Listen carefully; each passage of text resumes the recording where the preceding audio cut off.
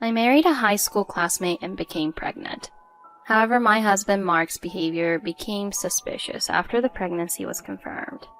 While I was struggling to find proof of my husband's affair, his affair partner sent me a series of photographs as if to say, "I got your husband." Seeing this, I made a decision. I smiled as I saw off my husband, who went on a trip with his affair partner, a female friend. And that's when my plan started moving forward. I had prepared a surprise for my husband, who went on an overseas trip with his affair partner, Angela, and the result was... How does one break a relationship? It seems that the ties that I thought had been severed were not severed. Please, let me vent for a moment. There was a time when even someone like me was married. My husband was a high school classmate. After high school, we went separate ways without much contact, but we coincidentally met at a diner near my workplace. Nostalgia kicked in, and our conversations became more frequent and lively. Naturally, we started dating and eventually talked about marriage. After we got married, we decided to live together in the apartment where I was staying. I think we were a happy couple in the early days of our marriage.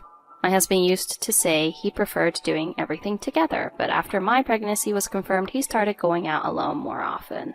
His overtime and business trips increased. He always said he was busy, almost like a habit. When he returned from outings, I asked where he had been, and he casually brushed it off, saying it didn't matter. Occasionally, when he returned smelling good, he claimed he had been to the sauna. However, I knew he couldn't stand heat, so I quickly realized it was a lie.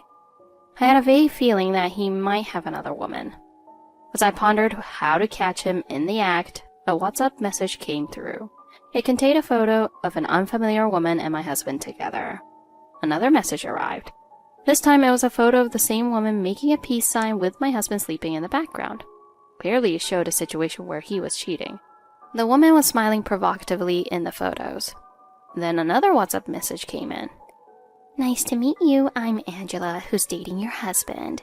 I took a cute sleeping face photo of your husband, so I thought I'd share it with you too. Your husband can't get enough of me because you're pregnant, so he's all over me. Please pay a little attention to your husband too." That was the message. Dating? Sharing? What is this Angela talking about? Wait, my husband? He really was cheating, wasn't he? Through this "what's up" from Angela, my suspicions all came together. Although I vaguely sensed it before, seeing it clearly in front of me didn't make me angry or sad. Somewhere inside me, I had already mentally prepared for a divorce. Even on the day my husband came home, I didn't confront him about the truth and treated him the same as before. Before my husband took a bath, I heard that next month he was going on a week-long overseas trip with his female friend. Well, it's not a request, it's an announcement made after the decision. Next month is already 9 months, and maybe the baby will be born. He doesn't worry about such things at all. He even told me not to worry because the baby won't be born so soon. He said he gave me some alone time because it would be tough when the baby was born. His female friend also said, "Let your wife have some freedom," so he told me to relax. Then I'll take you up on that and enjoy my alone time thoroughly. Oh, Stacy, are you condoning your husband's affair? No, that response isn't right. Oh, Stacy, I understand perfectly well. You seem to be plotting something. I'll look forward to it. There's no way I'm going to let it end like this. I don't have the magnanimity to forgive my husband's cheating. After this, Angela, my husband's friend, kept sending me photos one after another. She probably wanted to establish dominance, but it's no skin off my nose since I've already decided to divorce. Besides, evidence of his affair keeps accumulating without me having to do anything. Talk about a lucky break. I've been enjoying myself. Then after a month had passed, it became the day when my husband would go on his trip overseas. Yesterday, perhaps out of excitement, he seemed unable to fall asleep easily. He tossed and turned on the bed multiple times, waking me up repeatedly. Unaware of my sleep deprivation caused by him, my husband happily set off on his trip. Now, should I start taking action? I started cleaning up the house all at once. I had household appliances cleaned and sold. I took small items to a nearby recycling shop. I bundled up my husband's belongings and sent them cash on delivery to his parents' house. I also sent the divorce papers along with them. Since I have been steadily reducing things in the house since I made the plan, it was tidied up sooner than I expected. My belongings were already sent to my parents' house, and only the bare essentials were left in this house. The cancellation of the house was already arranged. I also completed the procedures for electricity and gas utilities. I had already collected the keys to the house for my husband, as it's dangerous for him to take them abroad. After cleaning the house thoroughly and handing over the keys, I returned home with my belongings to my parents' house. My father and mother warmly welcomed me, and the three of us had already moved to another place. While peacefully spending time at my parents' house, I received a call from my husband. Today was the day my husband was returning home. I answered the incessantly ringing phone. Hey, what's going on here? I rang the doorbell, why aren't you opening the door? I'm not in that house anymore. Huh? Are you out somewhere? You said you were at home, so I left the keys. Now I can't get into the house. Hurry up and come back, I'm exhausted. I'm not going back to that house anymore. What are you talking about? I canceled the lease on the house. Your stuff is sent to your parents' house. Hey, what's going on? Why did you cancel the house? My stuff to my parents? Even over the phone, I can feel my husband's growing panic. Huh? Why is this happening? Why? Did I do something? I'm going on a week-long overseas trip with a female friend? I can't understand your thoughts. I talked about it. I wanted to give you some time alone. I tried to consider you. Isn't that enough? If I wanted time alone, there were other ways, like going back to my parents, right? If it was really just a female friend, I wouldn't be this upset. You went with Angela, right? You know best what you did, don't you? My words made him realize the severity of the situation, and he became even more flustered. Angela's name had never come up from my husband's mouth before. Since I mentioned Angela's name as his female friend, he must have realized his affair was exposed. No, listen, Angela isn't just a friend, she's my soulmate. My soulmate. It's like a soul connected to soul. It's something beyond friendship. My husband trying desperately to push through with his excuses. It's becoming painful to listen to. Soulmates, huh? Well, and if you can be happy with your so-called soulmate, go ahead. Living with you anymore is impossible for me. I'm filing for divorce. I've sent the divorce papers to your parents' house, so fill them out. I don't want a divorce. I don't want it. Hey, please, just listen to me. I didn't want to hear any more excuses, so I hung up on my husband's call. Soulmate. It's been a while since I heard such a terrible excuse. Soulmate isn't going to cut it. It's like he's talking about his destined partner or something. Trying to make excuses, but digging his own grave. He's really not helping himself. After that, I received several calls and messages from my husband. The WhatsApp messages ranged from excuses and sob stories to compliments and poems, changing like 7 times. While watching that, I started feeling pain in my stomach. It felt different from normal pain, so just in case, I decided to go to the hospital. I contacted my parents and headed to the hospital alone for a checkup, thinking it was just stomach pain. I called my mom amidst the hustle and bustle to bring the childbirth bag. During all this time, the calls kept coming. I had no room to care about my husband and steadily prepared to deliver the baby. Because of that, I couldn't escape the pain of labor, no matter how I positioned myself. Amidst my suffering from the pain, my husband's calls kept coming in. The pain of labor combined with everything else reached its peak of frustration for me. I answered my husband's call. Finally got through. Stop calling so many times, damn it. Can't you see I'm in labor? I don't have time for you. After yelling at my husband, I immediately hung up and turned off my phone. I really had no patience left. I was battling through repeated waves of contractions. Meanwhile, it seems my husband finally regained his senses and rushed to the hospital, but he went to the wrong hospital, so it ended up being in vain. Well, I hadn't told him where I was being transferred to. While my husband was flustered, I safely gave birth to our son, feeling completely exhausted. Since our son didn't weigh more than 5 pounds, he had to be put in an incubator. Perhaps I had exhausted myself too much because I fell asleep right after giving birth to our son. I woke up refreshed the next day. When I turned on my smartphone, I found an overwhelming number of missed calls and WhatsApp messages from my husband. When I checked what's up, at first they were angry, but gradually became less assertive, and by the end, their messages were filled with complaints and self-pity. Finally, it ended with the creepy words, "My heart will always be by your side," which made me feel disgusted.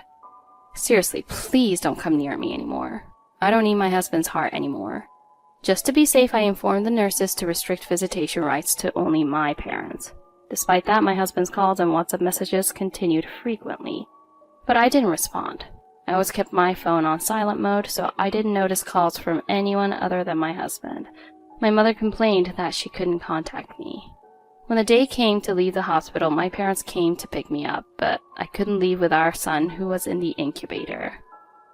Since I gave birth at 35 weeks, it was considered premature, and our son would need to grow a bit more before joining us. As we drove back home with my father at the wheel, I noticed someone's figure at the front door. Getting out of the car and heading towards the entrance, there was my husband, dressed in a suit, kneeling and waiting. I asked my mother why he was there at this timing, but she was as surprised as I was. Beside her, my father wore an apologetic expression.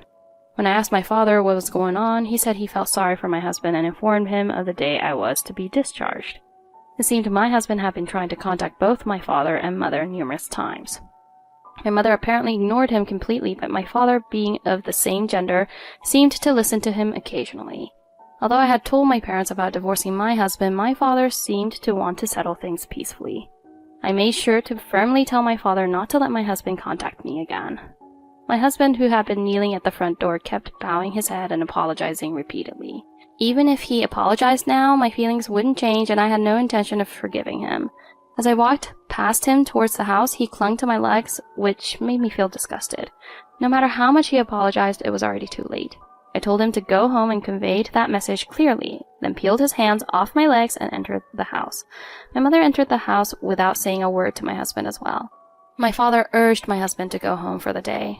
While my husband was no longer in front of the entrance, he wandered around the neighborhood. Feeling uneasy about the situation, I decided to report him as a suspicious person. A few minutes later, the police arrived and questioned my husband. He wasn't taken away by the police, but he disappeared from sight. It would have been better if he had been taken away by the police. Stacy, could it be that your husband is going through a postpartum period, as they say? If he's going to apologize like this, he shouldn't have done it in the first place. Saying he didn't want a divorce, but then going on a trip with a female friend, what does my husband really want? Later, it was decided to have a discussion involving both families. Considering my health, we decided to have the discussion at my parents' home. The doorbell rang and my in-laws and husband arrived. My husband and father-in-law had shaved their heads completely. It must have been a ruse to show repentance. As soon as they came in, my husband and father-in-law lowered their heads. My mother-in-law stood behind them with a stern expression. My husband kept apologizing incessantly, insisting he didn't want a divorce. My mother, seeing him continue to apologize, suggested that I should forgive him. But I can't live with a husband I want to divorce anymore. It would take the father away from the child, but this one thing is non-negotiable. At this point, I was rejecting my husband more than I should have, and forgiveness was not an option left in my mind. When the conversation had hit a deadlock, with neither side making progress, my mother-in-law, who had been wearing a stern expression since arriving at our house, finally spoke up. It's just a trip overseas with a female friend, isn't it? Isn't it a bit too much to divorce over that? I think you, Stacy, are making too much of a fuss. It's pitiful for your son if his mother acts like this. Such a fuss over such a trivial matter, that wife of yours. You're going on an overseas trip with friend for some real action. My mother-in-law must think I'm upset just because my husband went on an overseas trip with a female friend. But that's not all, you see. When I stood up to show my in-laws the printed out evidence of cheating sent via WhatsApp, the doorbell rang. My mother went to the door to respond, but along with her voice saying, "Just a moment," someone came bustling into the house. With a bang, the door swung open, revealing Angela standing there. Angela has arrived. I feel like things are about to get wild. It's exciting, and I kind of like it. Angela descends upon us. No one summoned her. She's here uninvited. Everyone was surprised by Angela's sudden appearance. Husband, divorce Stacy right now. Hold on, what are you talking about? Not divorcing Stacy, and there's no reason to. Mark started to panic when Angela arrived, realizing she was indeed his mistress. Wait, how did you find out about this place? I said we should talk, but you wouldn't know the location, right? It's the GPS on our phones. I installed the app last time. Let's check each other's locations, okay? If we know where each other is, we won't feel lonely. Even if we're apart, we're always together. Wow, I'm totally taken aback by what she just said. My husband has a look on his face like, shit. I told you not to come here. What are you doing here? You have no business here. Huh? You say I have no business here? Can you say the same after seeing this? Angela took something out of her bag and placed it on the desk. Upon seeing it, my husband paled instantly and everyone else was taken aback. On the desk lay the maternity record book and an ultrasound photo, where it says mother, something that appeared to be Angela's name was written. In the ultrasound photo, a tiny embryo was visible. It's your child, 6 weeks along. The word pregnant caused further shock for me and my parents. I looked at my mother-in-law for some reason, and her face was lit up. Oh, so it's my son's child, huh? My mother-in-law took the ultrasound photo and gazed at it with a joyful expression. Really, you should divorce Stacy already. Having a wife like her just makes things difficult for you. Now that you have a new child, you need to take responsibility. As expected, Mom, you get straight to the point. I'm happy to have such a clever mom. Oh, clever? Well, I suppose. The new daughter-in-law is adorable, isn't she? It seemed like a flower garden was blooming around them. We're completely left out and abandoned. I knew my mother-in-law didn't like me, but I didn't expect her to show such blatant attitude. Now that it seems you've got a new child, shall we talk about divorce? Wait a minute. It's just you, Stacy, for me. I'm not getting divorced. Angela and my mother-in-law's expressions changed at my husband's words. What are you talking about? You should divorce Stacy, Mark. That's right, you should divorce such a wife. Being with such a wife will only lead to unhappiness. My daughter is causing unhappiness? Up until now, my parents had been quietly watching. My father's voice was filled with anger. My mother sitting beside me also had a fierce expression on her face. Your son is making my daughter unhappy and my newborn son too. The cause of the divorce isn't my daughter if it's your son. Do you understand? The reason our daughter had a premature birth is because of you two, isn't it? And yet you're saying my daughter's the one causing unhappiness. You two are spreading unhappiness. I can't let you stay together any longer. I will make sure my daughter divorces you, and I will never allow you to see your grandchild. Get out of this house. You are a plague in my house. My father then grabbed my husband by the scruff of the neck and threw him out of the house. My in-laws and Angela followed close behind. Wait a minute. You see the reality of the situation, and you know you can't go back to the way things were. Be happy with Angela. Also the money from selling the house stuff. I'll give you half of it in advance. When I put the brown envelope with the cash in front of my husband, Angela took it from him. Wow, thank you so much. I'll accept this as a wedding gift for us. Mark was astonished by Angela's actions and couldn't help but wonder what he saw in her. I was a little depressed to think that I had lost my husband to someone who did not have common sense or courtesy. What's wrong with you? To put my son through this? Honestly, I can't stand families without any common sense. Let's go home. Since you're getting divorced anyway, there's no reason to stay here anymore. I don't want to stay here anymore either. Mark, let's go home soon. My husband was then pulled along by my mother-in-law and Angela. My father-in-law followed behind them somewhat reluctantly. Honey, bring me the salt. Salt! I've already got it. Here you go. My parents held salt in their hands and kept throwing it at my in-laws and Angela repeatedly, even after they disappeared from view. A few days later, a pre-filled divorce form arrived at the house. Finally, the divorce could happen. Congratulations, Stacy. My husband resisted until the end, but I wonder why he didn't want to divorce. I thought Angela was just a fling, but it seems it got out of hand. Cheating during my wife's pregnancy is something you hear about often, huh? As usual, everyone's insights here are amazing. That's right, it looks like it was just a fling with Angela. After our discussion at my parents' house, I got a long apologetic what's up from my husband. It said he truly loves only me. Well, if that were true, he shouldn't have cheated, right? After the divorce papers arrived, I sent a lawyer to my ex-husband and Angela. We needed to decide on child support and alimony, of course. Of course, I'll also claim alimony from Angela, but my ex-husband never mentioned wanting to meet or have a visit with our child. No matter how much he says he loves me, he totally ignored his child. After quickly deciding the amount of child support and alimony, I submitted the divorce papers to the city office. Then I texted my ex-husband and told him I had submitted the divorce papers. With this, my ties with my husband have ended. Or so I thought. Oh no, that sounds ominous. But because we have a son, even though the ties are over, it won't be the end like this. Since my ex-husband is likely full of regret, I expect he might do something. About 10 years after the divorce, I received a call from an unknown number. When I answered, it was my ex-husband on the line. He said he wanted to meet our son. I wondered why now, but he is still our son's father. Yet he has never met our son since birth. Still, I asked why he suddenly wanted to meet. At first, he hesitated but reluctantly told me that Angela's child wasn't actually his. When the child got sick, they tested the blood type at the hospital. The child had a blood type that couldn't possibly be theirs. When he confronted Angela about it, she admitted to having a relationship with others. It seems Angela knew the child wasn't my ex-husband's.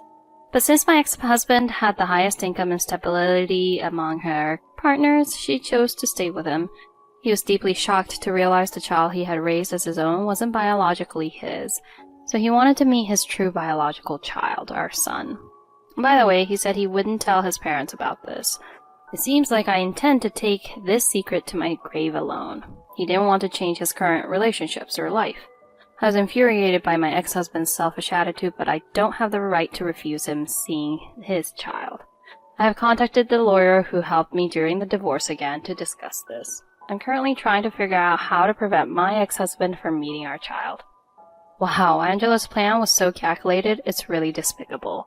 She had your husband raise someone else's child. As for your ex-husband and in-laws, serves them right. Ignorance is bliss, huh? Well, your ex-husband has found out. I think my ex-husband will suffer more now that he knows. You can't be happy with others after destroying your own family. When you do something beyond the realm of morality, you get retribution. I thought I'd be careful about my ex-husband. Although the meeting between my ex-husband and my child hasn't been settled yet, I'll end it here for now. I'll make sure to return if there's any good news. Thank you for sticking with me through all this. Stacy, I pray you can refuse the visitation. I can't quite accept that even such a father has the right to meet the child. Why not wait until the kid wants to see his father? Don't selfishly manipulate the child because of the parents. Considering you, Stacy, the child will make the best decision. We should warmly watch over the child. The husband who cheated during Stacy's pregnancy has fallen into an irreversible situation. The home was shattered by Angela, and the family built with Angela was also a lie. Angela may think she successfully broke up Stacy and her husband and married her husband, but if the child realizes the secret of his birth, will the current situation continue? The conclusion is uncertain, but Angela's future may not be bright. Selfish happiness makes those around you unhappy. Is that really happiness? Not realizing true happiness itself might be a form of unhappiness.